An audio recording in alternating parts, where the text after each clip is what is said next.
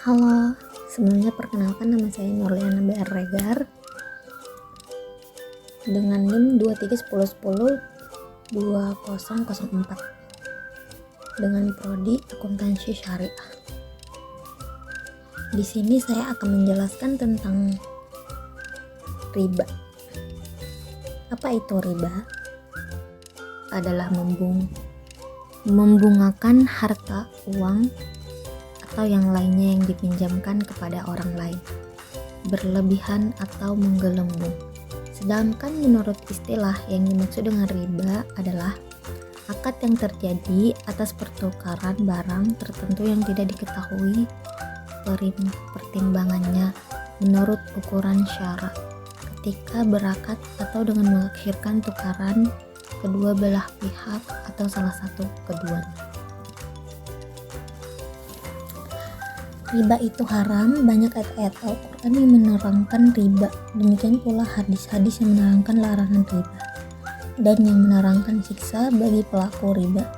Hukum riba haram sebagaimana firman Allah yang artinya bahwasanya jual beli itu seperti riba, tetapi Allah menghalalkan jual beli dan mengharamkan riba.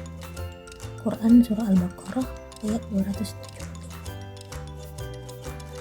Dalam hadis tentang larangan riba dinyatakan Nabi SAW bersabda yang artinya dari Jabir radhiyallahu anhu, ia berkata, Rasulullah SAW telah melaknat orang-orang yang suka makan riba, orang yang jadi wakilnya, juru tulisnya, orang yang menyaksikan riba.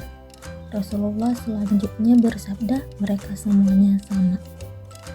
Selanjutnya jenis-jenis riba ada 4, riba fadli, riba qardi, riba yad, dan riba nasa. Riba fadli itu adalah terjadi ketika seseorang menukarkan barang tertentu dengan barang yang sama namun ada perbedaan pada timbangannya. Dan riba qardi riba qardi adalah terjadi ketika seseorang meminjam sesuatu, misalnya uang, pada orang lain tapi harus memberikan lebih ketika mengembalikannya.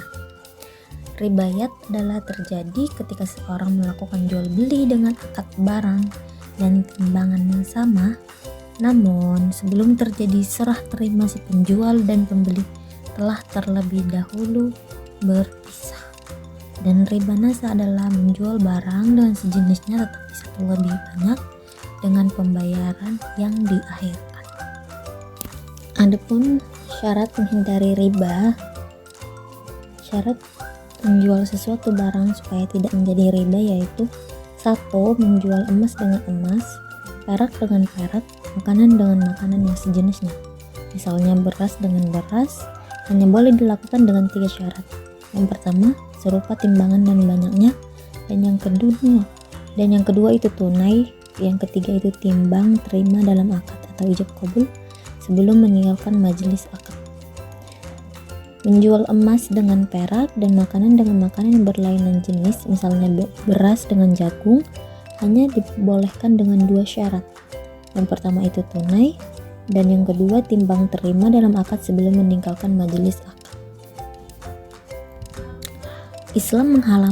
Islam mengharamkan riba karena riba mengandung hal-hal yang sangat negatif bagi perseorangan maupun masyarakat, yakni yang pertama itu melenyapkan faedah hutang piutang yang menjadi tulang punggung gotong royong atas kebajikan dan takwa. Yang kedua, sangat menghalangi kepentingan orang yang menderita dan miskin.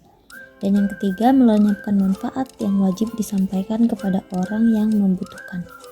Keempat, menjadikan pelakunya malas bekerja keras. Dan yang kelima, menimbulkan sifat menjajah dari kaum hartawan terhadap orang miskin. Dan adapun dampak negatif terhadap riba, yang pertama itu dampak ekonomi.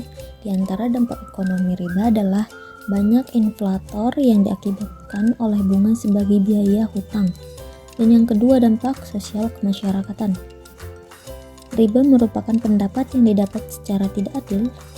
Para pengambil riba menggunakan uangnya untuk memerintahkan orang lain agar berusaha dan mengembalikannya.